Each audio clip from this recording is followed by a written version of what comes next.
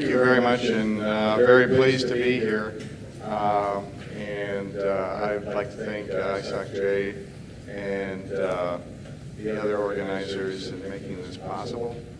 I think we should have some time afterwards for questions. こんにちは。皆さんにお会いできて、この場に来ることができて、とても嬉しく思っております。この場をお借りしまして、ISOG-J の皆様、そしてオーガナイザーの方々にお礼を申し上げます。で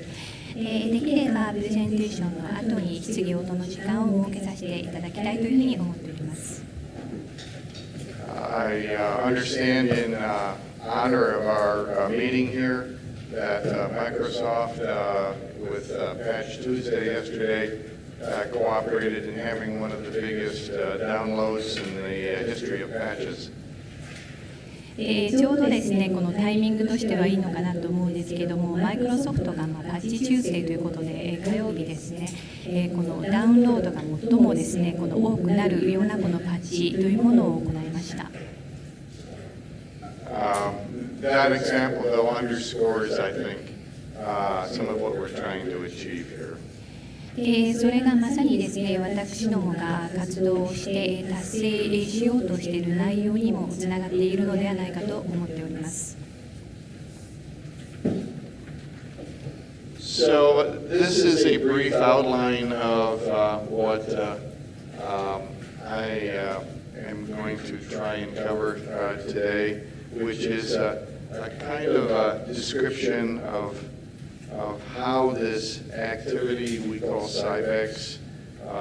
came to exist in ITUT, what we're attempting to accomplish, and some of the challenges that remain as we move forward. こちらの方に出ておりますのが、本日お話をさせていただく概要となっております。まずですね、Cybex としてこの活動がどのような形でこの ITUT の一環として立ち上がってきたのか、で私どもがこの Cybex として何を達成しようとしているのか、で達成に向けてどのような課題があるのかというものが内容となっております。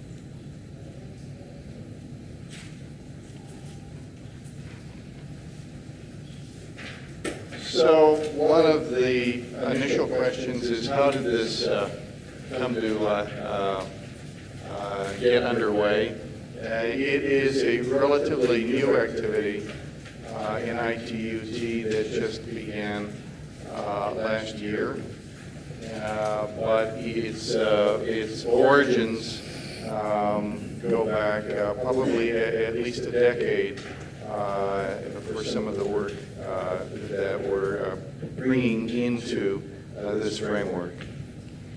では、この Cybex がどのようにそもそもこの活動がどういうふうな形で始まったのかというふうな内容を説明していきたいと思います。比較的 ITUT の中でも去年から立ち上がっていた活動としていたしましては新しい活動ではあるんですけども、もともとこれらに関連した活動というのは10年前からありました。So when this group began meeting last year in Geneva of technical experts with this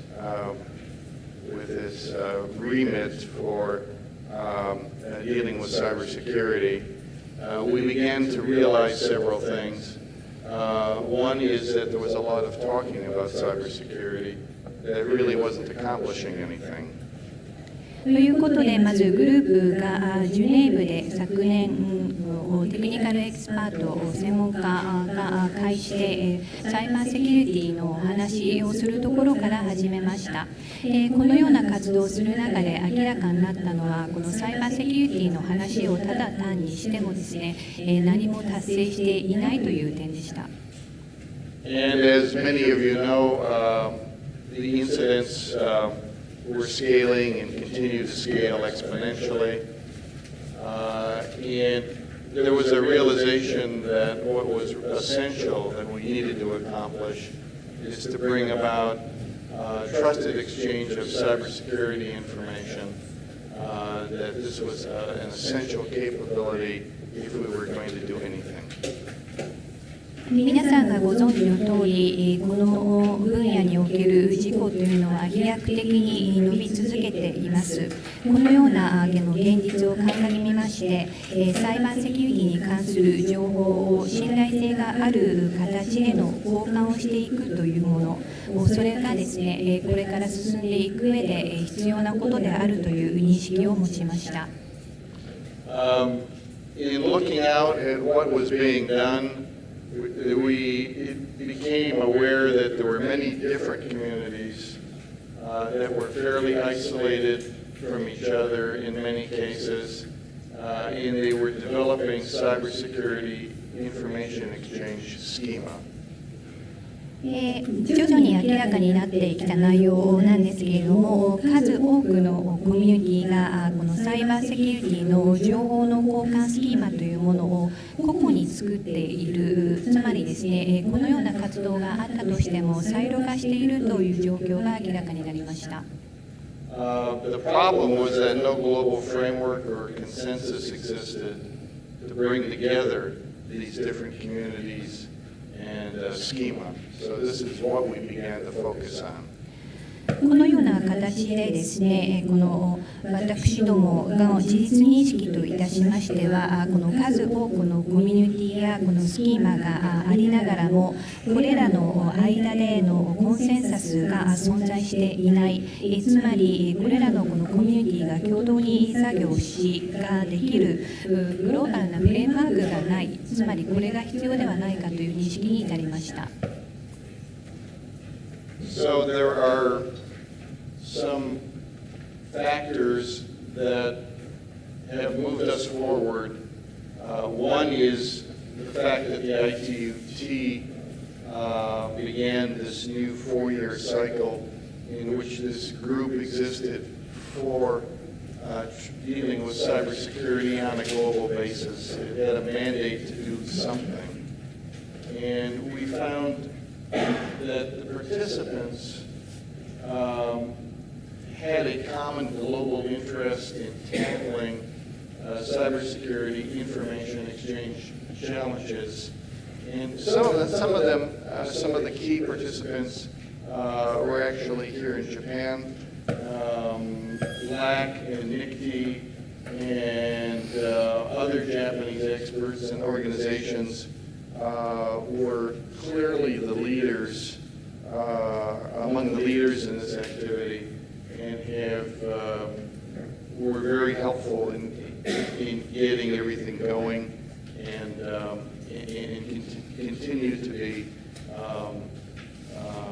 play key roles. And a good example of that is the fact that we're meeting here the next 2 days. それ以外の追い風としてですね、ありましたのは ITUT の方が、新たな4年間のサイクルを開始しました。その時に同時にサイバーセキュリティのグループもあり、サイバーセキュリティのグループで何らかの形で動いていかなければならないというふうな負託とともに4年間のサイクルを開始した、これも一つの追い風になっております。同様に活動の中で、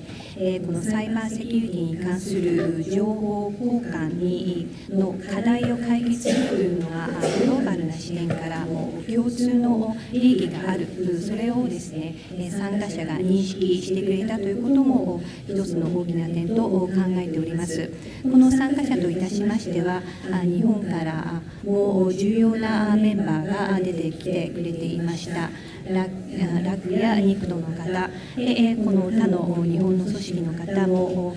活動の中で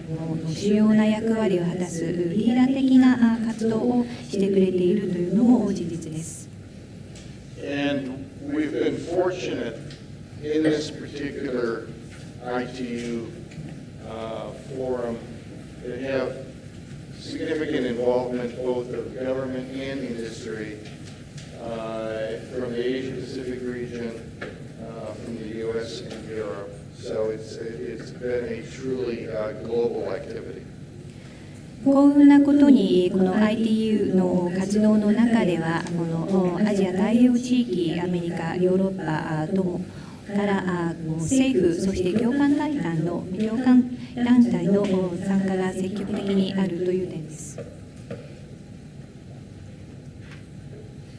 This particular diagram was a starting point. It was a starting point because everyone realized that although people were talking about cybersecurity, there was no common understanding of what that even was. So one of the first efforts was to begin with this diagram, which actually came out of an effort at a group at Georgia Institute of Technology,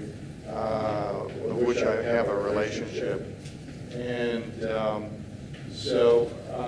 this has actually been through several different versions.